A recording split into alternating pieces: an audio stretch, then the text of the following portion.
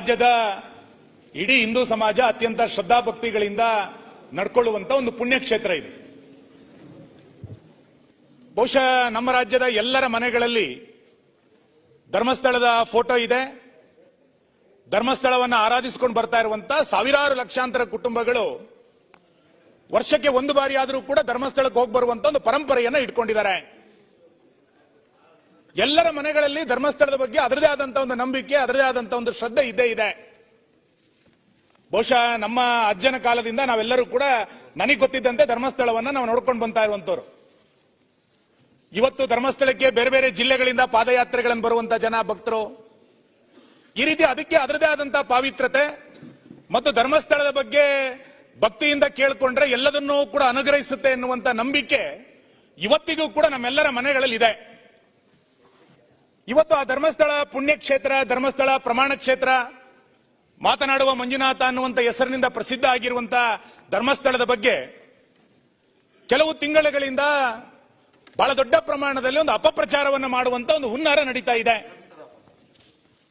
ಇದ್ಯಾವುದೋ ಒಂದು ದಿನ ಯಾವುದೋ ಒಬ್ಬ ವ್ಯಕ್ತಿ ಮಾಡಿದ್ದೇನೆ ಅಂತಂದಿದ್ರೆ ಇವತ್ತಿಲ್ಲಿ ಚರ್ಚೆ ಮಾಡುವಂತ ಅವಶ್ಯಕತೆಗಳಿರಲಿಲ್ಲ. ಆದ್ರೆ ಅಪಪ್ರಚಾರ ನಿರಂತರವಾಗಿ ನಡೀತಾ ಒಂದು ಧಾರ್ಮಿಕ ನಂಬಿಕೆಯನ್ನ ದುರ್ಬಲಗೊಳಿಸುವಂತ ಪ್ರಯತ್ನವನ್ನ ಕೆಲವು ವ್ಯಕ್ತಿಗಳು ನಿರಂತರವಾಗಿ ಮಾಡ್ತಾ ಇದ್ದಾರೆ. ಸರ್ಕಾರ ಸಹಾನುಭೂತಿ ತೋರಿಸ್ತಾ ಇದೆಯೇನೋ ಅನ್ನುವಷ್ಟರ ಮಟ್ಟಿಗೆ ಅನುಮಾನಗಳು ನಿರ್ಮಾಣ ಆಗಿದೆ.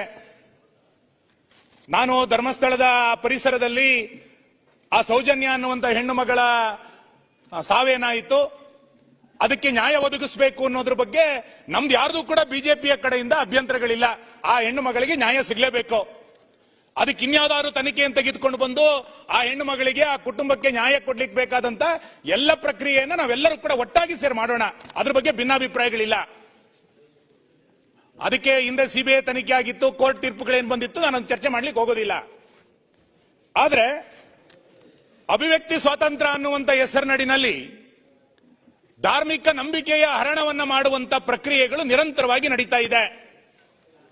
ನಮಗೆ ಅಭಿವ್ಯಕ್ತಿ ಸ್ವಾತಂತ್ರ್ಯ ಇದೆ, ನಾವು ಏನ್ ಬೇಕಾದ್ರೂ ಮಾತಾಡಬಹುದು, ನಮಗೆ ಅವಕಾಶ ಇದೆ ಅಂತ ಹೇಳ್ತಾ ಅದಕ್ಕೆಲ್ಲ ಒಂದು ಕಡೆ ಸಂವಿಧಾನದ ನೆರಳನ್ನ ತೆಗೆದುಕೊಂಡು ಬಂದು, ಕಾನೂನಿನ ನೆರಳನ್ನ ತೆಗೆದುಕೊಂಡು ಬಂದು ಯಾರನ್ನ, ಯಾವ ಕ್ಷೇತ್ರವನ್ನ ಎಷ್ಟು ಬೇಕಾದ್ರೂ ಅಪಮಾನ ಮಾಡಬಹುದು ಅನ್ನುವಷ್ಟರ ಮಟ್ಟಿಗೆ ದಿನದಿಂದ ದಿನಕ್ಕೆ ಈ ಪ್ರಕರಣಗಳು ವಿಜೃಂಭಿಸಲಿಕ್ಕೆ ಪ್ರಾರಂಭ ಆಗಿದೆ. ನನಗೆ ಪರಮೇಶ್ವರ್ ಅವರು ಗೃಹ ಸಚಿವರಾಗಿದ್ದಾರೆ. ಮಂಜುನಾಥನ ಇನ್ನೊಂದು ಹೆಸರೇ ಪರಮೇಶ್ವರ. ಇಷ್ಟು ಮಂಜುನಾಥನ ಬಗ್ಗೆ, ಧರ್ಮಸ್ಥಳ ಕ್ಷೇತ್ರದ ಬಗ್ಗೆ ಅಪಪ್ರಚಾರಗಳು ನಡೆದಾಗ ಒಂದು ಸರ್ಕಾರಕ್ಕೆ ಏನಾದ್ರು ಅನ್ನಿಸ್ಬೇಕಲ್ಲ. ನಮ್ಮ ರಾಜ್ಯದ ಒಂದು ದೇವಸ್ಥಾನ, ಇಡೀ ಕೋಟ್ಯಾಂತರ ಜನರ ಭಕ್ತರ ಕೇಂದ್ರ ಇದು. ಇದಕ್ಕೆ ಪ್ರತಿನಿತ್ಯ ಅಪಪ್ರಚಾರಗಳು ನಡೀತಾ ಇದೆ. ಒಂದು ಗುಂಪು ವ್ಯವಸ್ಥಿತ ಪಿತೂರಿಯನ್ನ ಮಾಡ್ತಾ ಇದೆ ಅಂತ, ಪಿತೂರಿ ಅನ್ನುವಂಥ ಶಬ್ದವನ್ನ ಬಳಸ್ತೇನೆ ನಾನು. ಪಿತೂರಿಯನ್ನ ಮಾಡ್ತಾ ಇದೆ. ಇದಕ್ಕೆಲ್ಲ ಒಂದ್ ಕಡೆ ಕಡಿವಾಣ ಹಾಕಬೇಕು ಅಂತೇಳಿ ಸರ್ಕಾರಕ್ಕೆ ಅನ್ನಿಸ್ಲೇ ಇಲ್ಲ. ಪ್ರತಿದಿನ ಒಬ್ರಲ್ಲ ಒಬ್ರು ಬರ್ತಾರೆ, ನಾನೊಂದಿಷ್ಟು ಸಾಕ್ಷಿ ಕೊಡ್ತೀನಿ ಅಂತ ಹೇಳ್ತಾರೆ, ನಾಳೆ ಇನ್ನೊಬ್ಬ ಬರ್ತಾನೆ, ಇನ್ನೊಂದಿಷ್ಟು ಗುಂಡಿ ತೆಗಿಬೇಕು ಅಂತ ಹೇಳ್ತಾನೆ. ಹಿಂಗೆಲ್ಲ ಒಂದಿಷ್ಟು ದಿನನಿತ್ಯ ನಡೀತಾ ಇದೆ. ಇವತ್ತು ಕೂಡ ಇನ್ಯಾರೋ 2 ಜನ ಬಂದಿದ್ದಾರೆ ಅಂತೇಳಿ ನಾನು ಪತ್ರಿಕೆಗಳಲ್ಲಿ ನೋಡಿದೆ. ಸತ್ಯ ಅಲ್ಲಿ ಏನಾರ ಘಟನೆಗಳಾಗಿದ್ರೆ ಸತ್ಯ ಹೊರಗೆ ಬರಬೇಕು ಅನ್ನೋದ್ರ ಬಗ್ಗೆ ಯಾರ್ದು ಕೂಡ ಭಿನ್ನಾಭಿಪ್ರಾಯಗಳಿಲ್ಲ. ಯಾರೋ ಒಬ್ಬ ವ್ಯಕ್ತಿ, ಮಾನ್ಯ ಗೃಹ ಸಚಿವರು ಹೇಳಿದಂತಾನೆ 164 ನಲ್ಲಿ ಹೇಳಿಕೆಯನ್ನು ಕೊಟ್ಟು ನನಗೊಂದು ಬುರುಡೆ ಸಿಕ್ಕಿದೆ ಅಂತೇಳಿ ಬರ್ತಾನೆ. ಇವತ್ತು ಆತ ತೆಗೆದುಕೊಂಡು ಬಂದಂತ ಬುರುಡೆಯ ಬಗ್ಗೆ ತನಿಖೆನೇ ಆಗಲಿಲ್ಲ. ಇನ್ನು ಅದೇ ಬುರುಡೆ, ಹೊಸ ಬುರುಡೆಯ ಬಗ್ಗೆ, ಹೊಸ ಗುಂಡಿಗಳ ಬಗ್ಗೆ ಇವತ್ತು ತನಿಖೆಗಳು ನಡೀಲಿಕ್ಕೆ ಪ್ರಾರಂಭ ಆಗಿದೆ. ಆ ವ್ಯಕ್ತಿ ಇಲ್ಲಿ ಅಸಹಜ ಸಾವುಗಳಾಗಿದ್ದೆ, ಅದರ ಹೆಣವನ್ನು ನಾನು ಊದಿದ್ದೀನಿ ಅಂತ ಹೇಳಿದಾಗ ಮಂಗಳೂರಿನ SP ಅವರು ಹೇಳಿಕೆಯನ್ನು ಕೊಟ್ಟರು. ಈತ ಹೇಳ್ತಾ ಇರೋದ್ರ ಬಗ್ಗೆ ಒಂದು ಅನುಮಾನ ಇದೆ, ಆತನನ್ನ ಮಂಪರ್ ಪರೀಕ್ಷೆಗೆ ಒಳಪಡಿಸಬೇಕು ಅಂತೇಳಿ ಮಂಗಳೂರಿನ SP ಹೇಳಿಕೆ ಕೊಟ್ಟಿದ್ರು. ಆಗ ತನಿಖೆ ಸರಿಯಾಗಬಹುದು ಅಂತ ಅನ್ಕೊಂಡಿದ್ವಿ. ಬಹುಶಃ ಅವಾಗಲೇ ಆತನನ್ನು ವಶಕ್ಕೆ ತೆಗೆದುಕೊಂಡು ಮಂಪರ್ ಪರೀಕ್ಷೆನ ಇನ್ನೇನಾರು ಎನ್ಕ್ವೈರಿಗಳನ್ನು ಮಾಡಿದ್ರೆ ಇವತ್ತು ಇಷ್ಟು ಅಪಪ್ರಚಾರಗಳು ಮುಂದುವರಿತಿರ್ಲಿಲ್ಲ. ಅದಾದ ನಂತರ ಸರ್ಕಾರ SIT ರಚನೆಯನ್ನ ಮಾಡುತ್ತೆ. ನಾನು SIT ರಚನೆಯನ್ನ ಸ್ವಾಗತವನ್ನ ಮಾಡ್ತಾ, ಒಂದು ತನಿಖೆ ಹೇಗೆ ಹೋಗ್ಬೇಕು ಅಧ್ಯಕ್ಷರೇ? ಪ್ರತಿನಿತ್ಯ ಆ ಮುಸುಕುದಾರಿ ಅಥವಾ ಅನಾಮಿಕ ಅಥವಾ ನೀವು ಹೆಸರಿಟ್ಟಿರುವಂತಹ Bheema 1 point, 2 point, 3 point, 4 point ಅಂತೇಳಿ 13 ಪಾಯಿಂಟ್ಗಳನ್ನು ತೋರಿಸ್ತಾನೆ. ನನಗೊಂದು ಬಹಳ ಆಶ್ಚರ್ಯ ಮಾನ್ಯ ಅಧ್ಯಕ್ಷರೇ, ನಾವೆಲ್ಲ ಸಣ್ಣ ಮಕ್ಕಳಿದ್ದಾಗ ರಾಜ್ಕುಮಾರ್ ಅವರದೊಂದು ಪತ್ತೆದಾರಿ ಫಿಲ್ಮ್ಗಳು ನೋಡ್ತಾ ಇದ್ವಿ, ಸಸ್ಪೆನ್ಸ್ ಫಿಲ್ಮ್ಗಳನ್ನ, ಆ CID 999, ಆಮೇಲೆ ಥ್ರಿಲ್ಲರ್ ಸಸ್ಪೆನ್ಸ್ ಪಿಕ್ಚರ್ ಹಿಂಗೆಲ್ಲ ನೋಡ್ತಾ ಇದ್ವಿ. ಇದು ಹಂಗೆ, ಇದು ಬೆಳಿಗ್ಗೆ 10 ಗಂಟೆ 11 ಗಂಟೆಗೆ ಕಾಯೋದು. ಈಗ ಮುಸುಕುದಾರಿ, ಈಗ ಇಲ್ಲಿಂದ ಹೊರಟರು, ಈಗ ಬಂದ್ರು ಅಂತೇಳಿ ಯಾರು ಹೇಳೋದು? ಅವರ ಜೊತೆನಲ್ಲಿರುವಂತ ಒಂದಿಷ್ಟು ಮಾಧ್ಯಮಗಳು, ಯೂಟ್ಯೂಬರ್ಗಳೇ ಅದನ್ನ ಕ್ರಿಯೇಟ್ ಮಾಡೋದು. ನಂತರ 1ನೇ ಗುಂಡಿಯನ್ನು ತೆಗೆಯೋದ್ರಲ್ಲಿ ಏನ್ ಸಿಕ್ತೋ ಬಿಡ್ತೋ ನಮಗೆ ಗೊತ್ತಿಲ್ಲ. ನಾನು ಅದನ್ನ ಅಧಿಕೃತವಾಗಿ ಹೇಳಲಿಕ್ಕೆ ತಯಾರಿಲ್ಲ, ಹೋಮ್ ಮಿನಿಸ್ಟರ್ ಅದನ್ನ ಹೇಳಬೇಕು. ಸಂಜೆಯ ಹೊತ್ತಿಗೆ ಅವರೇ ಹೇಳೋದು, ಇದರಲ್ಲಿ ಒಂದು ಹೆಣ್ಣಿನ ಮೃತದೇಹ ಸಿಕ್ಕಿದೆ, ಒಂದು ಅಸ್ಥಿಪಂಜರ ಸಿಕ್ಕಿದೆ, ಇದು 16 ವರ್ಷದ್ದು ಅಂತ ಅನ್ನಿಸ್ತಾ ಇದೆ ಅಂತೇಳಿ ಅವರೇ ಅದನ್ನ ಸುಳ್ಳು ಸುದ್ದಿಗಳನ್ನ ಹರಡೋದು. ನಂತರ 6 ಗಂಟೆ ನಂತರ 5 ಗಂಟೆ ನಂತರ ಮುಸುಕುದಾರ ಎಲ್ಲಿ ಹೋಗ್ತಾನೆ ಅಂತ ಗೊತ್ತಿಲ್ಲ. ಬೆಳಿಗ್ಗೆ 10 ಗಂಟೆಯಿಂದ 5 ಗಂಟೆ ತನಕ SITಯ ವಶದಲ್ಲಿ ಅಂತ ಹೇಳಲ್ಲ, SITಯ ಜೊತೆನಲ್ಲಿ ಸಹಪಾಠಿ ಅಂತ ಜೊತೆನಲ್ಲಿ ಹೋಗಿ ಮಾಡೋದು. ನಮಗೂ SIT ತನಿಖೆ ಅಂದಾಗ ಸತ್ಯ ಬರುತ್ತೇನೋ, ಸತ್ಯ ಏನಾರು ಇರ್ಬೋದೇನೋ ಅಂತ ನಾವು ಒಂದ್ ಸ್ವಲ್ಪ ಇದೆಲ್ಲ ಅನುಮಾನಗಳ ಮೇಲೆ ನಡೆದಿದ್ರಿಂದ, ಮೊದಲನೇ ಗುಂಡಿ ತೆಗೆದಾಗ ನಾವು ನೋಡಿದ್ವಿ ಜನ ಸಿಗುತ್ತಾ ಅಂತ ನೋಡ್ತಾ ಇದ್ವಿ. ಸಂಜೆ 6 ಗಂಟೆ ಹೊತ್ತಿಗೆ ಏನೋ ಸಿಕ್ತು ಅಂತ ಅಪಪ್ರಚಾರಗಳನ್ನು ನಡೆಸಿದ್ರು. 6:30 7 ಗಂಟೆ ನಂತರ ಏನೂ ಸಿಕ್ಕಿಲ್ಲ ಅಂತೇಳಿ ಸುದ್ದಿಗಳು ಪ್ರಕಟ ಆಗ್ಲಿಕ್ಕೆ ಶುರು ಆಯ್ತು. 2ನೇ ದಿನ 2ನೇ ಗುಂಡಿ, 3ನೇ ಗುಂಡಿ, 4ನೇ ಗುಂಡಿ, ರಸ್ತೆಗಳ ಗುಂಡಿ ಸಾಕಾಗ್ಲಿಲ್ಲ ಅಂತ ಕಾಡೊಳ ಗುಂಡಿಗಳು ಶುರು ಆಯ್ತು. ಈಗ ಗುಂಡಿಗಳನ್ನು ತೆಗಿತಾ ಎಷ್ಟು ತನಕ ಹೋದ್ರು? 13 ಪಾಯಿಂಟ್ಗಳನ್ನು ಮಾಡಿದ್ರು. ಈಗ 14, 15, 16ನೇ ಗುಂಡಿ ತನಕ ಕೂಡ ಹೋಗಿದ್ದಾರೆ. 13ನೇ ಗುಂಡಿನಲ್ಲಿ ಏನೋ ಇದೆ ಎನ್ನುವಂತ ಒಂದು ದೊಡ್ಡ ಚಿತ್ರಣವನ್ನ ಇಡೀ ದೇಶದಲ್ಲಿ, ಇಡೀ ರಾಜ್ಯದಲ್ಲಿ ಪ್ರಚಾರ ಮಾಡಿದ್ರು. ಅದಕ್ಕೆ GPR ಅನ್ನು ತೆಗೆದುಕೊಂಡು ಬಂದು ಅದನ್ನ ಎನ್ಕ್ವೈರಿ ನಡೀತು. ನಾನು ನಿಮ್ಮ ತನಿಖೆ ಸತ್ಯಾಸತ್ಯತೆ ಬರಬೇಕಾ ಇದ್ರ ಬಗ್ಗೆ ನಾನು ಚರ್ಚೆಗಳನ್ನ ಮಾಡ್ಲಿಕ್ಕೆ ಹೋಗೋದಿಲ್ಲ. ಆದ್ರೆ ಆ ಮುಸುಕುದಾರಿ ನಿಮ್ಮ ಡಿಪಾರ್ಟ್ಮೆಂಟಿಗೆ ಮಂಕು ಕರೆಯುವ ರೀತಿಯಲ್ಲಿ ಮಾಡ್ತಾ ಇದ್ದಾರೆ. ನೀವು ಮೊನ್ನೆ 0 ಅವರ್ ರೈಸ್ ಮಾಡಿದಾಗ ಹೇಳಿದ್ರೆ ನಮಗೆ ಅವ್ರು ಎಷ್ಟು ಹೇಳ್ತಾರೋ ಅಂತೇಳಿ ಅಷ್ಟು ಗುಂಡಿಗಳನ್ನು ತೆಗಿಲಿಕ್ಕೆ ಆಗಲ್ಲ ಅನ್ನುವಂತ ಹೇಳಿಕೆಯನ್ನು ಸದನದಲ್ಲಿ ನೀವು ಮಾಡಿದಿರಿ. ಆದ್ರೆ ಇದು ಎಲ್ಲಿಯ ತನಕ ನಡೀತದೆ? ಇದಕ್ಕೊಂದು ಕಾಲಮಿತಿ ಇಲ್ವಾ? ನಮ್ ಡಿಮ್ಯಾಂಡ್, ಬಿಜೆಪಿ ಡಿಮ್ಯಾಂಡ್ ಮಧ್ಯಂತರ ವರದಿಯನ್ನು ಕೊಡಿ ಅಂತ. ಈ ಊಹಾಪೋಹಗಳಿಗೆ ತೆರೆ ಎಳಿರಿ. ಒಂದು ಮಧ್ಯಂತರ ವರದಿಯನ್ನ ಕೊಡಿ. ಸದನ ನಡೀತಾ ಇರುವಂತಹ ಸಂದರ್ಭದಲ್ಲಿ 12-13 ದಿನಗಳ ಕಾಲ ಚರ್ಚೆ ಆಗಿದೆ. ಇಡೀ ರಾಜ್ಯದ ಜನ ಆತಂಕದಿಂದ ಶ್ರದ್ಧೆಯ ಮೇಲೆ ಧಕ್ಕೆ ಆಗಿದೆ ಅಂತೇಳಿ ಮಾತಾಡ್ತಿದ್ದಾರೆ, ರಸ್ತೆಗೆ ಬಂದಿದ್ದಾರೆ. ನೀವು ನೋಡಿ, 16-17 ಜಿಲ್ಲೆಗಳಲ್ಲಿ ಸಾವಿರಾರು ಜನ ರಸ್ತೆಗೆ ಬರ್ಲಿಕ್ಕೆ ಪ್ರಾರಂಭ ಮಾಡಿದ್ದಾರೆ. ಇಂತಹ ಸಂದರ್ಭದಲ್ಲಿ ಸರ್ಕಾರ ಒಂದು ಸೋಮೋಟ ಹೇಳಿಕೆಯನ್ನು ಬಿಡುಗಡೆ ಮಾಡಬೇಕಾಗಿತ್ತು. ಇಂತಹ ಒಂದು ಧಾರ್ಮಿಕ ಕ್ಷೇತ್ರದ ಬಗ್ಗೆ ಒಂದು ಚರ್ಚೆ ಬಂದಿತ್ತು ಅಂತ ಹೇಳಬೇಕಾಗಿತ್ತು. ಸರ್ಕಾರ ಅದನ್ನು ಹೇಳಲಿಕ್ಕೆ ತಯಾರಿಲ್ಲ, ಸರ್ಕಾರ ಅದನ್ನು ಮಾತಾಡ್ಲಿಕ್ಕೆ ತಯಾರಿಲ್ಲ. ನನಗೆ ಇವೆಲ್ಲದನ್ನು ನೋಡಿದಾಗ ಅನ್ಸುತ್ತೆ, ನಿಮ್ಮ ಸರ್ಕಾರದ ಸಹಾನುಭೂತಿ, ಗೃಹ ಇಲಾಖೆಯ ಸಹಾನುಭೂತಿಯ ಕಾರಣಕ್ಕೋಸ್ಕರನೇ ಇಷ್ಟು ದೊಡ್ಡ ಪ್ರಮಾಣದ ಅಪಪ್ರಚಾರಗಳು ನಡೀತಾ ಇದೆ. ಮುಂದೆಯೂ ಕೂಡ ನಡೆಯುವಂತ ಒಂದು ಹುನ್ನಾರವನ್ನು ನೀವೆಲ್ಲರೂ ಕೂಡ ಸೇರಿ ನಡೆಸಿದ್ದೀರಿ ಅಂತ. ಮಾನ್ಯ ಅಧ್ಯಕ್ಷರೇ, ನೀವು ನಮ್ಮ ಜಿಲ್ಲೆನವರು, ಧರ್ಮಸ್ಥಳದ ಬಗ್ಗೆ, ಪೂಜ್ಯ ವೀರೇಂದ್ರ ಹೆಗಡೆಯವರ ಬಗ್ಗೆ ಮತ್ತು ಆ ಇಡೀ ಪರಿಸರದ ಬಗ್ಗೆ ಎಷ್ಟೊಂದು ಗೌರವದ ವಾತಾವರಣ ಇದೆ. ನೀವು ಮಾನ್ಯ ಗೃಹ ಸಚಿವರು ನಾನು ಕೇಳ್ತೇನೆ, ಕಳೆದ 15 ದಿನಗಳದ್ದ ಅದು 1 ತಿಂಗಳದ್ದ ಕೆಲವರ ಸೋಷಿಯಲ್ ಮೀಡಿಯಾಗಳನ್ನು ಓಪನ್ ಮಾಡಿ, ಕೆಲವು ಫೇಸ್ಬುಕ್ಗಳನ್ನು ಓಪನ್ ಮಾಡಿ, ಕೆಲವು ಯೂಟ್ಯೂಬರ್ಗಳನ್ನು ಓಪನ್ ಮಾಡಿ, ಧರ್ಮಸ್ಥಳದ ಮಂಜುನಾಥನ ಫೋಟೋ ಹಾಕಿ ಎಷ್ಟು ಅವಾಚ್ಯವಾಗಿ ಮಾತಾಡಿದ್ದಾರೆ ನೋಡಿ.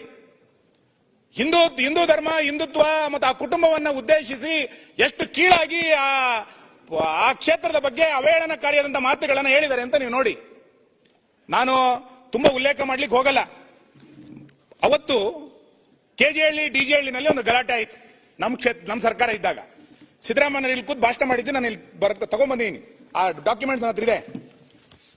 ಒಬ್ಬ ಫೇಸ್ಬುಕ್ ನಲ್ಲಿ ಒಂದು ಮತದ ಯಾರೋ ಪ್ರಮುಖರ ಬಗ್ಗೆ ಅವಹೇಳನ ಮಾಡದ ಅನ್ನುವಂತ ಒಂದು ಪೋಸ್ಟ್ ಅನ್ನ ಇಟ್ಕೊಂಡು, ಫೇಸ್ಬುಕ್ ಹಾಕಲಂತ ಒಂದು ಪೋಸ್ಟ್ ಅನ್ನ 6 ಗಂಟೆಗೆ ಹಾಕ್ತಾ ಅನ್ನೋದನ್ನ ಇಟ್ಕೊಂಡು ಇಡೀ ಪೊಲೀಸ್ ಸ್ಟೇಷನ್ ಅನ್ನ ಒಂದು ಗುಂಪು ಸುಟ್ಟಾಕಿದೆ ಮತ್ತು ಒಂದು MLA ಮನೆಯನ್ನು ಸುಟ್ಟಾಕ್ತು. ಅವಾಗ ಇದೇ ಸಿದ್ದರಾಮಯ್ಯನವರು ವಿರೋಧ ಪಕ್ಷದ ನಾಯಕರಾಗಿ ಭಾಷಣ ಮಾಡಿದ ಏನು ಅಂತ ಕೇಳಿದ್ರೆ, ಆ ಪೋಸ್ಟ್ ನಿಂದ ಭಾವನೆಗಳಿಗೆ ಧಕ್ಕೆ ಆಯಿತು, ಭಾವನೆಗಳಿಗೆ ಧಕ್ಕೆ ಆದಂತ ಜನ ಆಕ್ರೋಶದಿಂದ ಪೊಲೀಸ್ ಸ್ಟೇಷನ್ಗೆ ಬೆಂಕಿ ಹಾಕಿದ್ರು ಅಂತೇಳಿ ಸಿದ್ದರಾಮಯ್ಯನವರು ಭಾಷಣ ಮಾಡಿದ್ದಾರೆ. ಇಲ್ಲಿ ನಿಮಗೆ ಒಂದು ಪೋಸ್ಟ್ ಒಂದು ಪೊಲೀಸ್ ಸ್ಟೇಷನ್ ಅನ್ನ ಬೆಂಕಿ ಇಡುತ್ತೆ ಅಂತಾದ್ರೆ ಇಲ್ಲಿ ಎಷ್ಟು ಪೋಸ್ಟ್ಗಳನ್ನು ಹಾಕಿದ್ದಾರೆ ಮಾನ್ಯ ಗೃಹ ಸಚಿವರೇ? ಎಷ್ಟು ಅವೇಳನಕಾರಿಯಾದಂತ ಸಂಗತಿಗಳು ನೂರಾರು ಬಂದಾಗ ನಿಮ್ಗೆ ಯಾಕೆ ಸುಮ್ಮನೆ ಅನ್ನಿಸ್ಲಿಲ್ಲ? ಭಾವನೆಗಳಿಗೆ ಧಕ್ಕೆ ಆಗಿದೆ ಅಂತ ಹೇಳಿ ಯಾಕೆ ಅನ್ನಿಸ್ಲಿಲ್ಲ? ಕೋಟ್ಯಾಂತರ ಜನರ ಭಾವನೆಗಳಿಗೆ ಧಕ್ಕೆ ಆಗ್ತಿದೆ ಧರ್ಮಸ್ಥಳದ ಅಪಪ್ರಚಾರದ ಮುಖಾಂತರ ಅಂತೇಳಿ ಯಾಕೆ ಸರ್ಕಾರಕ್ಕೆ ಅನ್ನಿಸ್ಲಿಲ್ಲ? ನಾನು ಇನ್ನೂ ಒಂದು ವಿಷಯವನ್ನು ಪ್ರಸ್ತಾಪ ಮಾಡಲೇಬೇಕಿಲ್ಲಿ. ನಮ್ಮ ಜಿಲ್ಲೆನಲ್ಲಿ ನೀವು ನೆನ್ನೆ ಹೇಳಿದ್ರಿ ಏನು, ನೆನ್ನೆ ವೇದವ್ಯಾಸ ಕಾಮತ್ರು ಒಂದು ಪ್ರಶ್ನೆ ಕೇಳಿದಾಗ ದಕ್ಷಿಣ ಕನ್ನಡ ಜಿಲ್ಲೆಯ ಶಾಂತಿ ಕಾಪಾಡಬೇಕು, ಸೌಹಾರ್ದತೆ ಕಾಪಾಡಬೇಕು, ಇದಕ್ಕೆ ನಾವೆಲ್ಲ ಪ್ರಯತ್ನ ಮಾಡಬೇಕು ಅಂತೇಳಿ ಒಂದು ಒಳ್ಳೆಯ ಉತ್ತರವನ್ನು ನೀವು ಕೊಟ್ರಿ. ನಾನು ಸ್ವಾಗತಿಸ್ತೇನೆ ನಿಮ್ಮ ಉತ್ತರವನ್ನ. ಆ ಘಟನೆ ಹಿಂದೆ 2 ಮರ್ಡರ್ಗಳಾದಂತಹ ಘಟನೆಯ ಸಂದರ್ಭದಲ್ಲಿ ನಾವೆಲ್ಲ ಶಾಸಕರಿಲ್ಲಿದ್ದೀವಿ. ನಿಮ್ಮ ಮಂಗಳೂರಿನ ಜಿಲ್ಲಾಡಳಿತ, ಉಡುಪಿಯ ಜಿಲ್ಲಾಡಳಿತ, ಪೊಲೀಸ್ ಇಲಾಖೆ ನಮ್ಮೆಲ್ಲ ಕಾರ್ಯಕರ್ತರ ಫೇಸ್ಬುಕ್ಗಳನ್ನು ಹುಡುಕಿ ಇದರಲ್ಲಿ ಧಾರ್ಮಿಕ ನಿಂದನೆ ಏನಿದೆ, ಇದರಲ್ಲಿ ಧಾರ್ಮಿಕ ಪ್ರಚೋದನೆ ಏನಿದೆ ಅಂತೇಳಿ ಹುಡುಕಿ ಸುಳ್ಯದಿಂದ ಬೈಂದೂರಿನ ತನಕ 50ಕ್ಕೂ ಹೆಚ್ಚು FIR ಗಳನ್ನ ಯಾರೋ ದೂರು ಕೊಟ್ಟಿದ್ದಲ್ಲ, ಸೋಮೋಟೋ ನೀವು ದಾಖಲು ಮಾಡಿದ್ರಿ. ಸೋಮೋಟೋ FIR ಗಳನ್ನ ಹಾಕಿದ್ರಿ. ಏನಕ್ಕೆ ಹಾಕಿದ್ರಿ? ನನ್ನ ಕ್ಷೇತ್ರದ ಒಬ್ಬ ಕಾರ್ಯಕರ್ತ ರಾಮಾಯಣದ ಬಗ್ಗೆ ಏನೋ ಒಂದು ಪೋಸ್ಟ್ ಹಾಕಿದ ಅಂತಂದಾಗ ಬೆಳಿಗ್ಗೆ 6 ಗಂಟೆ ಕರ್ಕೊಂಡ್ಬಂದು ಅವನನ್ನು ಕರ್ಕೊಂಡೋಗಿ ಅರೆಸ್ಟ್ ಮಾಡಿದ್ರಿ ನೀವು. ಅದ್ರಲ್ಲಿ ಏನಿದೆ ಅಂತ ಕೇಳಿದ್ರೆ ಧಾರ್ಮಿಕ ಪ್ರಚೋದನೆ ಇದೆ ಅಂತ ಹೇಳಿದ್ರಿ. ನಾವು ಯಾರು ಕೂಡ ಅದಕ್ಕೆ ಪ್ರತಿಭಟನೆ ಮಾಡಲಿಲ್ಲ. ಆಯ್ತು, ಅದಕ್ಕೇನು ಅನ್ಸುತ್ತೆ ಅಂತ. ಅವಾಗ ಸೋಮೋಟೋ ಕೇಸ್ಗಳನ್ನ ದಾಖಲಿಸುವಂತ ನಿಮ್ಮ ಇಲಾಖೆ, ನಿಮ್ಮ ಆಡಳಿತ ಧರ್ಮಸ್ಥಳದ ಬಗ್ಗೆ ಇಷ್ಟೆಲ್ಲ ಅಪಪ್ರಚಾರಗಳು, ಅವಾಚ್ಯ ನಿಂದನೆಗಳಾದಾಗ ಯಾಕೆ ಸೋಮೋಟೋ ಒಂದು FIR ಮಾಡಲಿಲ್ಲ ನೀವು? ಅವತ್ತಿಗೊಂದು ಕಾನೂನು, ಇವತ್ತಿಗೊಂದು ಕಾನೂನಾ? ಧರ್ಮಸ್ಥಳದ ಬಗ್ಗೆ 100 ಅಪಪ್ರಚಾರಗಳನ್ನ ಫೇಸ್ಬುಕ್ಗಳನ್ನು ಓಪನ್ ಮಾಡಿದ್ರೆ ನಮಗೆ ತಲೆ ತಗ್ಗಿಸಬೇಕು, ಅಷ್ಟು ಆಕ್ರೋಶ ಬರುತ್ತೆ. ಇಷ್ಟು ಹಿಂದುತ್ವದ ಬಗ್ಗೆ, ಅವಹೇಳನ ಬಗ್ಗೆ, ಒಂದು ದೇವಸ್ಥಾನಗಳ ಬಗ್ಗೆ ಅಪಪ್ರಚಾರದ ಪೋಸ್ಟ್ಗಳನ್ನು ಹಾಕಿದಾಗ ನಿಮ್ಮ ಅಧಿಕಾರಿಗಳು ಒಂದು FIR ಹಾಕೋದಿಲ್ಲ ಅಂತಂದ್ರೆ ಏನ್ ತಿಳ್ಕೊಳ್ಬೇಕು ಸರ್ಕಾರದ ಬಗ್ಗೆ? ನಾವು ಸರ್ಕಾರ ಇದಕ್ಕೆ ಸಪೋರ್ಟ್ ಮಾಡ್ತಾ ಇದೆ ಅಂತ ಅನ್ಕೊಳ್ಬೇಕಾ ನಾವು? ನಾನು ಅದಕ್ಕೆ ಹೇಳಿದೆ, ಸರ್ಕಾರದ ಸಹಾನುಭೂತಿ ಇದೆಯಾ ಈ ಅಪಪ್ರಚಾರಕ್ಕೆ? ಧರ್ಮಸ್ಥಳ ಕೇವಲ ಭಕ್ತಿಯ ಕೇಂದ್ರ ಮಾತ್ರ ಅಲ್ಲ. ಆ ಧರ್ಮಸ್ಥಳ ಕ್ಷೇತ್ರದಲ್ಲಿ ಕಳೆದ 50 ವರ್ಷಗಳಿಂದ ಒಂದು ಸರ್ಕಾರ ಮಾಡದಲೇ ಇರುವಂತ 100 ಸಾಮಾಜಿಕ ಕಾರ್ಯಗಳನ್ನ ಆ ಸಂಸ್ಥೆ ಮಾಡ್ತಾ ಬಂದಿದೆ. ನೀವು ಕೃಷಿ ಮೇಳದಿಂದ ಹಿಡಿದು ಅರಣ್ಯ ಬೆಳೆಸುವ ತನಕ, ಹೈನುಗಾರಿಕೆಯಿಂದ ಹಿಡಿದು ಮಧ್ಯವರ್ಜನ ಶಿಬಿರದ ತನಕ, ಕೆರೆ, ದೇವಸ್ಥಾನ, ಭಜನಾ ಮಂದಿರ, ರುದ್ರಭೂಮಿಯ ತನಕ ಸಂಸ್ಥೆ ಇವತ್ತು ದಾನ ಧರ್ಮಗಳನ್ನು ಮಾಡ್ತಾ ಬಂದಿದೆ. ಜ್ಞಾನ ವಿಕಾಸಕ್ಕೆ ಶಿಕ್ಷಕರನ್ನ ಕೊಡೋದ್ರಿಂದ ಆರಂಭ ಮಾಡಿ, ಪ್ರಾಕೃತಿಕ ವಿಕೋಪದಲ್ಲಿ ಶೌರ್ಯ ಅನ್ನುವಂತ ಟೀಮ್ ಅನ್ನ ಮಾಡಿ ಗ್ರಾಮಗಳಲ್ಲಿ ಸರ್ಕಾರ ಮಾಡಬೇಕಾಗಿರುವ ಕೆಲಸವನ್ನ ಧರ್ಮಸ್ಥಳ ಗ್ರಾಮಾಭಿವೃದ್ಧಿ ಯೋಜನೆ ಧರ್ಮಸ್ಥಳ ಕೇಂದ್ರವಾಗಿ ಇಟ್ಟುಕೊಂಡು ನಡೆಸ್ತಾ ಇದೆ. ಇಷ್ಟೆಲ್ಲ ಒಂದು ಸರ್ಕಾರಕ್ಕೆ ಸಾಮಾಜಿಕ ಪರಿವರ್ತನೆ ಮಾಡ್ತಾ ಇರುವಂತ ಒಂದು ಕ್ಷೇತ್ರದ ಬಗ್ಗೆ ಇಷ್ಟು ಅವಹೇಳನ ಮಾಡಿದಾಗ ನಿಮ್ ಸರ್ಕಾರಕ್ಕೆ ಅನ್ನಿಸ್ಲೇ ಇಲ್ವಲ್ಲ? ನಿನ್ನೆ ಯಾರೋ ಸಚಿವರಿಗೆ ಏಕವಚನದಲ್ಲಿ ಮಾತಾಡಿದ್ರು ಅಂತಂದಾಗ ನಿಮ್ಮ ಉಪಮುಖ್ಯಮಂತ್ರಿಗಳು ನಮಗೆ ಬಿಸಿ ರಕ್ತ ಇದೆ ಅಂತ ಭಾಷಣ ಮಾಡಿದ್ರು. ನಮಗೂ ಬಿಸಿ ರಕ್ತ ಇದೆ ಈ ಸಮಾಜಕ್ಕೆ. ಇಷ್ಟು ಧರ್ಮಸ್ಥಳದ ಬಗ್ಗೆ ಅಪಪ್ರಚಾರ ಮಾಡಿದಾಗ ಎಷ್ಟು ಬಿಸಿ ರಕ್ತದಿಂದ ಕುದಿಬೇಕಾಗಿತ್ತು ನಾವು.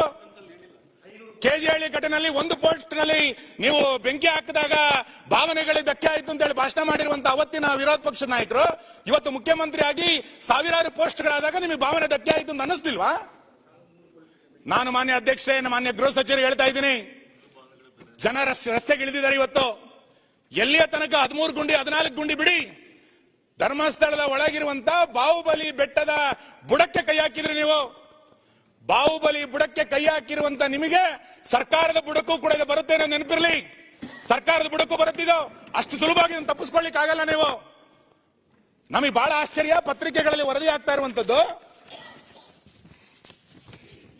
ನಮ್ಮ ಜಿಲ್ಲೆನಲ್ಲೇ ಸರ್ಕಾರಿ ಕೆಲಸವನ್ನ ಮಾಡಿದಂತ ಒಬ್ಬ ಹಿರಿಯ ಅಧಿಕಾರಿ ಈಗ ನಿಮ್ ಪಾರ್ಟಿನಲ್ಲಿ ಸೇರಿ ಜನಪ್ರತಿನಿಧಿ ಆದ ನಂತರ ಒಂದು ಎಡಚರರು ಉಳಿದಂತವರು ಬೇರೆ ಬೇರೆ ಹೆಸರಿನಲ್ಲಿ ಸಂಘ ಸಂಸ್ಥೆಗಳನ್ನ ಕಟ್ಟಿಕೊಂಡು ಇದ್ರ ಬಹಳ ದೊಡ್ಡ ಪ್ರಮಾಣದಲ್ಲಿ ಈ ಷಡ್ಯಂತ್ರವನ್ನು ನಡೆಸಿದ್ದಾರೆ ಅಂತೇಳಿ ಪತ್ರಿಕೆಗಳಲ್ಲಿ ವರದಿ ಆಗಿದೆ.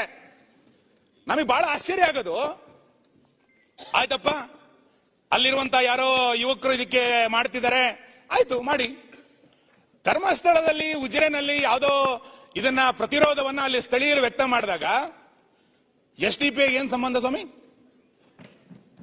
SDPನವ್ರು ಯಾಕೆ ಪ್ರತಿಭಟನೆ ಮಾಡ್ಬೇಕು? ಅದಕ್ಕೆ ಧರ್ಮಸ್ಥಳಕ್ಕೂ SDPಗೂ ಏನ್ ಸಂಬಂಧ? ಧರ್ಮಸ್ಥಳದಲ್ಲಿ ಯಾವುದೋ ಘಟನೆಗಳಾದಾಗ SDPನವ್ರು ಪ್ರತಿಭಟನೆ ಮಾಡ್ತಾರೆ ಅಂತಂದ್ರೆ ಇದರಿಂದ ಯಾರ್ಯಾರಿದ್ದಾರೆ ಅಂತ ಹೇಳ್ಬೇಕಲ್ಲ ನೀವು. ಇದರಿಂದ ನಡೀತಾ ಇರುವಂತ ಹುನ್ನಾರ ಏನು ಅನ್ನೋದು ನೀವು ಸ್ಪಷ್ಟ ಮಾಡ್ಬೇಕಲ್ಲ. ಎಲ್ಲಿಯ ತನಕದ ಆಕ್ರೋಶವಾದಂತ ಮಾತುಗಳನ್ನ ಆಡಿದ್ರೂ ಕೂಡ ಈ ಸರ್ಕಾರ ಕಣ್ಣು ಮುಚ್ಚಿ ಕುಳಿತುಕೊಳ್ಳುತ್ತೆ ಅಂತಂದ್ರೆ, ಅಲ್ಲಿರುವಂತ ಒಬ್ರು ಹೇಳ್ತಾರೆ ಧರ್ಮಸ್ಥಳಕ್ಕೆ ನಾವು JCBಯನ್ನು ನುಗ್ಗಿಸ್ತೇವೆ, ಧರ್ಮಸ್ಥಳಕ್ಕೆ ನುಗ್ಗುತ್ತವೆ ಅನ್ನುವಂತ ಹೇಳಿಕೆಗಳನ್ನ ಕೊಟ್ಟಾಗ್ಲೂ ಕೂಡ ನಿಮ್ ಸರ್ಕಾರ ಮಾತಾಡೋದಿಲ್ಲ. ಯಾಕೆ? ಯಾರು ಬೇಕಾದ್ರೂ ಧರ್ಮಸ್ಥಳಕ್ಕೆ ನುಗ್ಗಬಹುದು, JCB ಹಾಕಬಹುದು ಅಂತ ಅನ್ಕೊಂಡಿದ್ದೀರಾ? ಸಮಾಜ ರಸ್ತೆಗಿಳಿದಿದೆ ಇವತ್ತು. ಧರ್ಮಸ್ಥಳದ ಬಗ್ಗೆ ಮಾತಾಡಬೇಡಿ ಅಂತ ನಾವು ರಿಕ್ವೆಸ್ಟ್ ಮಾಡ್ತಾ ಇರೋದು. ಅಪಪ್ರಚಾರಗಳನ್ನು ಮಾಡೋರನ್ನ ಕಂಟ್ರೋಲ್ ಮಾಡಿ ಅಂತ ನಾನು ವಿನಂತಿ ಮಾಡ್ತಾ ಇದ್ದೇನೆ. ಮಾನ್ಯ ಗೃಹ ಸಚಿವರು ಮೊನ್ನೆ ಹೇಳಿದ್ರು, SITಯ ತನಿಖೆನಲ್ಲಿ ನಾವು ಮಧ್ಯಪ್ರವೇಶ ಮಾಡೋದಿಲ್ಲ ಅಂತ. ನಾವು ತನಿಖೆನಲ್ಲಿ ಮಧ್ಯಪ್ರವೇಶ ಮಾಡಿ ನಾವು ಹೇಳಲೇ ಇಲ್ಲ. ತನಿಖೆ ಹಿಂಗೆ ಆಗಬೇಕು ಅಂತೇಳಿ ನಾವು ಕೂಡ ಆಗ್ರಹ ಮಾಡ್ತಾ ಇಲ್ಲ. ಆದ್ರೆ ಅಪಪ್ರಚಾರದ ಬಗ್ಗೆ ನಿಮ್ಮ ಸರ್ಕಾರದ ನಿಲುವೇನು? ನಿಮ್ಮ ಇಲಾಖೆ ಯಾಕೆ ಅಪಪ್ರಚಾರದ ಬಗ್ಗೆ ಇವತ್ತು ತಲೆ ಕೆಡಿಸ್ಕೊಳ್ತಾ ಇಲ್ಲ? ನೀವು ಅಪಪ್ರಚಾರದ ಬಗ್ಗೆ ಕಳೆದ 15 ದಿನಗಳಿಂದ ಅಥವಾ ಕಳೆದ 1.5-2 ತಿಂಗಳಿಂದ ಇಷ್ಟು ದೊಡ್ಡ ಪ್ರಮಾಣದ ಅಪಪ್ರಚಾರಗಳು ನಡೆದರೂ ಕೂಡ ನೀವು ಮೌನ ವಹಿಸಿರೋದು ನೋಡಿದ್ರೆ ನಮಗೆ ಇದ್ರ ಬಗ್ಗೆ ಅನುಮಾನ ಇರೋದು. ಸರ್ಕಾರ ಏನ್ ಪಿತೂರಿ ಮಾಡ್ಲಿಕ್ಕೆ ಹೊರಟಿದೆ? ಯಾರ್ಯಾರ ಜೊತೆ ಸೇರ್ಕೊಂಡು ಸರ್ಕಾರ ಪಿತೂರಿಯನ್ನು ಮಾಡ್ತಾ ಇದ್ದೀರಿ? ಹಿಂದೂ ಧಾರ್ಮಿಕ ಸಂಸ್ಥೆಗಳನ್ನ ಹೇಗ್ ಬೇಕಾದ್ರೂ ನಡೆಸ್ಕೊಂಡು ಸುಮ್ಮನಿರುತ್ತೆ ಅಂತೇಳಿ ನಿಮ್ಮ ಮನಸ್ಸಿಗೆ ಬಂದ್ಬಿಟ್ಟಿದ್ಯಾ? ಒಂದು ಪುಣ್ಯಕ್ಷೇತ್ರದ ಬಗ್ಗೆ, ನಮ್ಮ ನಾಡಿನ ಒಂದು ಪ್ರಸಿದ್ಧ ಪುಣ್ಯಕ್ಷೇತ್ರದ ಬಗ್ಗೆ ಇಷ್ಟೆಲ್ಲ ಅಪಪ್ರಚಾರಗಳು ಮಾಡಿದಾಗಲೂ ಸುಮ್ಮನೆ ಹೆಂಗಾಗತ್ತೆ? ಮತ್ತೆ ಷಡ್ಯಂತ್ರ ಹೆಂಗಾಗಿದೆ ಅನ್ನೋದಕ್ಕೆ ನಾನು ಆಗ್ಲೇ ಹೇಳಿದ್ನಲ್ಲ, SDP ಅನ್ನೋರು ಪ್ರತಿಭಟನೆಗೆ ಇಳಿತಾರೆ. ಇನ್ಯಾವುದೋ ದುಬೈನಲ್ಲಿರುವಂತಹ ಒಂದು ಚಾನಲ್ ಇದ್ರ ಬಗ್ಗೆ ಪ್ರಸಾರ ಮಾಡುತ್ತೆ, ಅಲ್ ಜಜೀರಾ ಚಾನಲ್ ಒಂದು ಪ್ರಚಾರ ಮಾಡುತ್ತೆ. ಅಲ್ಲೇನೋ ಹೆಣ್ಣು ಮಕ್ಕಳದು 100 ಹೆಣಗಳನ್ನ ಊತಿಟ್ಬಿಟ್ಟಿದ್ದಾರೆ ಅಂತೇಳಿ ಅವ್ರಿಗೆ ಏನ್ ಸಂಬಂಧ ಧರ್ಮಸ್ಥಳದ್ದು? ಕೇರಳದವರು ನಾವು ತನಿಖೆ ಮಾಡಬೇಕು ಅಂತೇಳಿ ಕೇರಳದವರಿಗೆ ಅನ್ಸುತ್ತೆ. ಏನ್ ನಡೆಸಿದ್ರಿ ಮಾನ್ಯ ಅಧ್ಯಕ್ಷರೇ? BBCನವರು ನಿನ್ನೆ ಇನ್ನೊಂದು ಯಾವ್ದೋ ಹೊರದೇಶದ ಚಾನಲ್ ಇದ್ರಲ್ಲಿ ಬಹಳ ದೊಡ್ಡ ಸುದ್ದಿ ಪ್ರಕಟ ಆಯಿತು ಅಂತೇಳಿ ಹೇಳಿಕ್ ಶುರು ಮಾಡಿದ್ದಾರೆ. ನೀವು ಇದರ ಮೂಲ ಏನು ಅನ್ನೋದನ್ನ SIT ಹುಡುಕ್ಬೇಕಲ್ಲ. ಬರೀ ಗುಂಡಿ ಹುಡುಕಿದ್ ಮಾತ್ರ ಅಲ್ಲ, ಇದರ ಹಿಂದೆ ಯಾರ್ಯಾರು ಸಾಕ್ಷಿಗಳು ಅಂತ ಹೇಳ್ತಾ ಇದ್ರಲ್ಲ, ಬಹಳ ಜನ ನಮಗೆ ಸಾಕ್ಷಿ ಇದೆ ಅಂತ ಹೇಳಿದಾರಲ್ಲ, ಆ ಎಲ್ಲ ಸಾಕ್ಷಿದಾರರನ್ನ SIT ತನಿಖೆ ಮಾಡಬೇಕು. ಇದರ ಮೂಲ ಏನು ಅನ್ನೋದನ್ನ ತನಿಖೆ ಮಾಡಬೇಕು. ಮಾನ್ಯ ಗೃಹ ಸಚಿವರೇ, ನೀವು ಬಹಳ ಸಜ್ಜನರಾಗಿ ನನಗೇನೋ ಗೊತ್ತಿಲ್ಲ ಅಂತ ಮೌನ ವಹಿಸಿದ್ರೆ ನಾಳೆ ಬೆಳಿಗ್ಗೆ ಆ ಮುಸುಕುದಾರಿಯನ್ನ ನಿಮಗೆ ಇನ್ಯಾರೋ ಒತ್ತಡ ಮಾಡಿ ನಿಮ್ಮ ಗೃಹ ಇಲಾಖೆಗೆ ಸಲಹೆಗಾರನ ಮಾಡಿಬಿಡ್ತಾರೆ. ಎಚ್ಚರಿಕೆ ತಗೊಳ್ಳಿ, ಅಂತ ಪರಿಸ್ಥಿತಿ ಇದೆ ಇವತ್ತು. ಹಂಗಾಗಿ ನೀವು ಬಹಳ ಎಚ್ಚರಿಕೆಯಿಂದ, ನನಗೆ DK ಶಿವಕುಮಾರ್ ಇದ್ದಾಗ ಸ್ವಲ್ಪ ಧೈರ್ಯ ಇತ್ತು. ಏನು ಅಂತ ಕೇಳಿದ್ರೆ, ಧರ್ಮಸ್ಥಳಕ್ಕೆ ಬಂದಾಗ ಅವರು ಹೇಳಿಕೆ ಕೊಟ್ಟಿದ್ರು, ಧರ್ಮಸ್ಥಳದ ಬಗ್ಗೆ 100 DK ಶಿವಕುಮಾರ್ ಇದ್ದಾರೆ ಅಂತ ಹೇಳಿಕೆ ಕೊಟ್ಟಿದ್ರು. ನಮಗೊಂದು ವಿಶ್ವಾಸ, ಹೌದಪ್ಪ ನಮಗೊಬ್ಬ ಭಕ್ತ ಇದ್ದಾರೆ ಇಲ್ಲಿ ಧರ್ಮಸ್ಥಳಕ್ಕೆ ಏನಾರು ಆದ್ರೆ ನೋಡ್ತೀನಿ ಅಂತ. ಆ 100 DK ಶಿವಕುಮಾರ್, ಆ ಬಿಸಿ ರಕ್ತದ DK ಶಿವಕುಮಾರ್ ಎಲ್ಲಾದ್ರು ಮಾತಾಡ್ಬೇಕಿತ್ತಲ್ಲ. SIT ರಚನೆ ಆಗ್ಬೇಕಾದ್ರೆ ಆಯ್ತಪ್ಪ, ನಾಳೆ ಇನ್ನೊಂದು ಯಾರೋ ಬಂದು ಇಲ್ಲೊಂದು ಹೆಣ ಓದ್ತಿದೀವಿ ಅಂತ ಇನ್ನೊಂದು SIT ಮಾಡ್ತೀರೇನು? SITಯ ಹಿಂದೆ ಏನ್ ಪಿತೂರಿ ನಡೆದಿದೆ ಅಂದ್ರೆ ನಾನು ಕೊನೆಗೆ ಬರ್ತೇನೆ. ಅದಕ್ಕೆ ಇಂಥ ಒಂದು ಷಡ್ಯಂತ್ರಗಳು ಧರ್ಮಸ್ಥಳದ ಬಗ್ಗೆ, ಧರ್ಮಸ್ಥಳ ಕ್ಷೇತ್ರದ ಬಗ್ಗೆ, ಹಿಂದೂ ಪಾವಿತ್ರತೆಯನ್ನು ಹಾಳು ಮಾಡುವಂತ ವ್ಯವಸ್ಥೆಗಳು ನಡೆದಾಗ ಸರ್ಕಾರ ಸುಮ್ಮನೆ ಕೂತಿರೋದ್ರ ಬಗ್ಗೆನೇ ನಮಗೆ ಅನುಮಾನಗಳು ಬರ್ತಾ ಇದೆ. ನಿಮಗೆ ಹುಲಿ ಉಗುರು ಹುಡುಕ್ಲಿಕ್ಕೆ ಬಹಳ ಆಸಕ್ತಿ. ಹುಲಿ ಉಗುರು ಹುಡ್ಕೊಂಡು ಯಾರ್ಯಾರ್ದ ಮನೆಗೆ ಹೋದ್ರಿ ನೀವು? ಹುಲಿ ಉಗುರು ಹುಡ್ಕೊಂಡು ಸರ್ಕಾರದ ಪೊಲೀಸ್ ಇಲಾಖೆ ಇಟ್ಕೊಂಡು ಗುಂಡಿ ತೋಡೋದ್ರ ಬಗ್ಗೆ ಬಹಳ ಆಸಕ್ತಿ. ಡ್ರಗ್ಸ್ ಫ್ಯಾಕ್ಟರಿ ಮೈಸೂರಲ್ಲಿ ಸಿಕ್ಕಿಬಿದ್ದಾಗ್ಲೂ ಕೂಡ ನಿಮ್ಮ ಇಲಾಖೆಗೆ ಏನು ಅನ್ನಿಸ್ಲಿಲ್ಲ. ಫೇಸ್ಬುಕ್ ಅಲ್ಲಿ 100 ಜನ ಅಪಪ್ರಚಾರ ಮಾಡಿದಾಗ್ಲೂ ಕೂಡ ಸರ್ಕಾರಕ್ಕೇನು ಅನ್ಸೋದಿಲ್ಲ. ಹಾಗಾಗಿ ಇವತ್ತು ಇದಕ್ಕೆಲ್ಲರೂ ಒಂದು ಕಡೆ ಈ ಅಪಪ್ರಚಾರಕ್ಕೆ ಕೊನೆ ಎಳಿಬೇಕು ಅನ್ನುವಂತ ಆಗ್ರಹವನ್ನು ನಾನು ಈ ಸಂದರ್ಭದಲ್ಲಿ ಮಾಡ್ತೇನೆ. ಮಾನ್ಯ ಅಧ್ಯಕ್ಷರೇ, ನಮಗೆ ಕಾಡ್ತಾ ಇರುವಂತ ಪ್ರಶ್ನೆ ಏನು ಅಂತ ಕೇಳಿದ್ರೆ, ಇಲ್ಲಿ ಸತ್ಯ ಹೊರಗೆ ಬರಬೇಕು ಅನ್ನೋದಕ್ಕಿಂತನೇ ಹೆಚ್ಚಾಗಿ, ಇಲ್ಲಿ ನ್ಯಾಯ ದೊರಕಬೇಕು ಅನ್ನುವಂತ ಕಳಕಳಿಗಿಂತ ಹೆಚ್ಚಾಗಿ ಒಂದು ಧಾರ್ಮಿಕ ನಂಬಿಕೆಯನ್ನ ಹಾಳು ಮಾಡುವಂತ ಒಂದು ವ್ಯವಸ್ಥಿತವಾದಂತ ಹುನ್ನಾರ ನಡೀತಾ ಇದೆ ಅಂತ. ನ್ಯಾಯಕ್ಕಿಂತ ಹೆಚ್ಚಾಗಿ ಒಂದು ಧಾರ್ಮಿಕ ನಿಂದನೆ ನಡಿಬೇಕು, ಸತ್ಯಕ್ಕಿಂತ ಹೆಚ್ಚಾಗಿ ಒಂದು ವ್ಯವಸ್ಥೆಯನ್ನ ಹಾಳು ಮಾಡಬೇಕು, ಒಂದು ಅರಾಜಕತೆಯನ್ನ ಕರ್ನಾಟಕದಲ್ಲಿ ಈ ಅಪಪ್ರಚಾರಗಳ ಮುಖಾಂತರವೇ ಮಾಡಬೇಕು ಅನ್ನುವಂತ ಹುನ್ನಾರಗಳು ಸರ್ಕಾರದ ಕಡೆಯಿಂದ ಇವತ್ತು ನಡೀತಾ ಇದೆ ಅಂತೇಳಿ ನಮ್ಗೆ ಅನ್ನಿಸ್ತಾ ಇದೆ. ಹಾಗಾಗಿ ನಾನು ಸರ್ಕಾರವನ್ನ ಈ ಸಂದರ್ಭದಲ್ಲಿ ಆಗ್ರಹಿಸುವುದು, ಈ ತನಿಖೆ ಎಷ್ಟು ದಿನ ನಡೆಯುತ್ತೆ ಅಂತ ಹೇಳಿ. ಮಾನ್ಯ ಗೃಹ ಸಚಿವರು ಇದರ ಮಧ್ಯಂತರ ವರದಿಯನ್ನ ನೀವು ಕೊಡ್ಲಿಲ್ಲ ಅಂತಾದ್ರೆ 100 ಊಹಾಪೋಹಗಳು ಇನ್ನಷ್ಟು ಹುಟ್ಟಲಿಕ್ಕೆ ಪ್ರಾರಂಭ ಆಗುತ್ತೆ. ಆ ಊಹಾಪೋಹಗಳನ್ನ ಅವಕಾಶ ಕೊಡಬೇಡಿ ನೀವು, ಆ ಊಹಾಪೋಹಗಳಿಗೆ. ಮೂರನೇದು, ಆ ಯಾರು ಗುಂಡಿಗಳನ್ನ ತೋರಿಸ್ತಾ ಇದ್ದಾನೆ ಅವನು ಮಂಪರ್ ಪರೀಕ್ಷೆಯನ್ನು ಮಾಡಿ ಆತನ ಮೂಲ ಏನಿದೆ, ಇದಕ್ಕೆ ವಿದೇಶಿ ಹಣ ಬಂದಿದೆ ಅನ್ನುವಂತ ಸುದ್ದಿಗಳು ಬರ್ತಾ ಇದೆ. ಈ ರೀತಿ ಇದಕ್ಕೆ ಯಾರು ಹಣಕಾಸಿನ ಮೂಲ ಒದಗಿಸಿದ್ದಾರೆ, ಇದರ ಹಿಂದೆ ಇರುವಂತಹ ಸಂಘಟನೆ ಯಾರು, ಇದರ ಹಿಂದೆ ಇರುವಂತಹ ವ್ಯಕ್ತಿಗಳು ಯಾರು, ಇದೆಲ್ಲದೂ ಕೂಡ SIT 2 ನಲ್ಲಿ ತನಿಖೆಗಳಾಗಬೇಕು. SIT 1 ಮುಗಿಸಕ್ ಆಗಲ್ಲ ಇದನ್ನ. SIT 2 ನಲ್ಲಿ ಇದೆಲ್ಲದನ್ನು ಕೂಡ ಮಾಡಬೇಕು. ಬರೀ ಗುಂಡಿ ತೋಡಿದಕ್ಕೆ ಮಾತ್ರ SIT ಅಲ್ಲ, ಇದರ ಹಿಂದೆ ಇದು ಯಾರಿದ್ದಾರೆ, ಇದ್ರ ಹಿಂದೆ ಯಾರು ಹಣಕಾಸಿನ ವ್ಯಕ್ತಿ ಕೊಟ್ಟಿದ್ದಾರೆ, ಮತ್ತು ಆ ಮುಸುಕುದಾರಿ 3-4 ಗಂಟೆ SIT ವಶದಲ್ಲಿ ಇದ್ರು ನಂತರ ಎಲ್ಲೆಲ್ಲಿ ಹೋಗಿದ್ದ, ಇದನ್ನು SIT ಅಲ್ಲಿ ತನಿಖೆ ಆಗ್ಬೇಕಲ್ಲ. ಅದು ಯಾರ್ಯಾರು ಸಂಪರ್ಕ ಮಾಡಿದ್ರ ಆತನಿಗೆ, ಇದೆಲ್ಲದೂ ಕೂಡ ತನಿಖೆ ಮಾಡಬೇಕಾಗಿರುವಂತ ಅಗತ್ಯತೆ ಇದೆ ಅಂತ ನಾನು ಅನ್ಕೊಳ್ತೇನೆ. ಮತ್ತು ನನಗೆ ಬಹಳ ಗಟ್ಟಿ ಅನ್ಸೋದೇನು ಅಂತ ಕೇಳಿದ್ರೆ, ಇಷ್ಟೆಲ್ಲ ಸರ್ಕಾರ ಮೌನವಾಗಿ ಕೂತಿದೆ ಅಂತಂದ್ರೆ, ಇಷ್ಟೆಲ್ಲ ಅಪಪ್ರಚಾರಗಳು ದೀರ್ಘವಾಗಿ ನಡೆದಾಗ, ಇಡೀ ರಾಜ್ಯದ ಜನ ಧರ್ಮಸ್ಥಳದ ನಂಬಿಕೆಗೆ ಧಕ್ಕೆ ಆಗ್ತಾ ಇದೆ ಅಂತ ಹೇಳಿದಾಗ್ಲೂ ಕೂಡ ನೀವು ಸುಮ್ಮನೆ ಕೂತಿದ್ದೀರಿ ಅಂತಂದ್ರೆ ನಿಮ್ ಸರ್ಕಾರದ ಅಜೆಂಡಾ ಏನು? ನಿಮ್ ಸರ್ಕಾರದ ಉದ್ದೇಶ ಏನಿದೆ ಹಾಗಾದ್ರೆ? ನನಗನ್ಸುತ್ತೆ ಮಾನ್ಯ ಅಧ್ಯಕ್ಷರೇ, ಜುಲೈ 11ನೇ ತಾರೀಕು ಆತ ಬುರುಡೆ ಹಿಡ್ಕೊಂಡು ಬಂದ. ಜುಲೈ 11ನೇ ತಾರೀಕು ಆತ ಬುರುಡೆ ಹಿಡ್ಕೊಂಡು ಬಂದ. ಜುಲೈ 16ನೇ ತಾರೀಕು ಮಾನ್ಯ ಗೃಹ ಸಚಿವರು ನಿಮ್ಮ ಹೈಕಮಾಂಡಿನ ಉಸ್ತುವಾರಿಗಳನ್ನ ಇಲ್ಲಿ ಭೇಟಿ ಮಾಡಿದ್ರು. ಒಂದಿಷ್ಟು ಮಂತ್ರಿಗಳನ್ನು ಕರೆದು ಮಾತಾಡ್ತಾ ಇದ್ರು. ಜುಲೈ 19ನೇ ತಾರೀಕು SIT ರಚನೆ ಆಯಿತು. ನಿಮ್ ಪಾರ್ಟಿ ಅಜೆಂಡಾ ಏನಿದೆ ಇದರಲ್ಲಿ? ನೀವು ಈ ಧರ್ಮಸ್ಥಳ ಕ್ಷೇತ್ರವನ್ನ ಅವಹೇಳನ ಮಾಡಬೇಕು ಅಂತೇಳಿ ನಿಮ್ ಪಾರ್ಟಿನಲ್ಲಿ ಏನಾದ್ರು ಅಜೆಂಡಾ ಫಿಕ್ಸ್ ಮಾಡ್ಕೊಂಡಿದ್ದೀರಾ? ನಿಮ್ಮ ಹೈಕಮಾಂಡ್ ನಿರ್ದೇಶನದಂತೆ ಇದು ಏನಾದ್ರು ನಡೆದಿದೆಯಾ? ಇದು ಇಂಡಿ ಒಕ್ಕೂಟದ ಏನಾರು ಅಜೆಂಡಾನ, ಪಿತೂರಿನ ಇದು ನಿಮ್ ಪಾಪದ ಕೂಸ ಇದು ಗೊತ್ತಾಗ್ಬೇಕಲ್ಲ. ಯಾಕೆ ಅಂತ ಹೇಳಿದ್ರೆ ಕೇರಳದವರು ಇದ್ರ ಬಗ್ಗೆ ಮಾತಾಡ್ತಾರೆ, ಯಾರೋ STP ಇದ್ರ ಬಗ್ಗೆ ಮಾತಾಡ್ತಾರೆ, ಇನ್ಯಾರೋ ಒಬ್ಬ MP ಅವರು ಮಾತಾಡ್ತಾರೆ ಅಂತಂದಾಗ ಮುಗಿಸ್ಬಿಡ್ತೀನಿ ಸರ್, ಮುಗಿಸ್ಬಿಡ್ತೀನಿ. ನೀವು ಆಮೇಲೆ ಇಂಟರ್ವ್ಯೂ ಆಗಿ ನಾನು ಮುಗಿಸ್ತೇನೆ. SIT ಶುರುವಾದ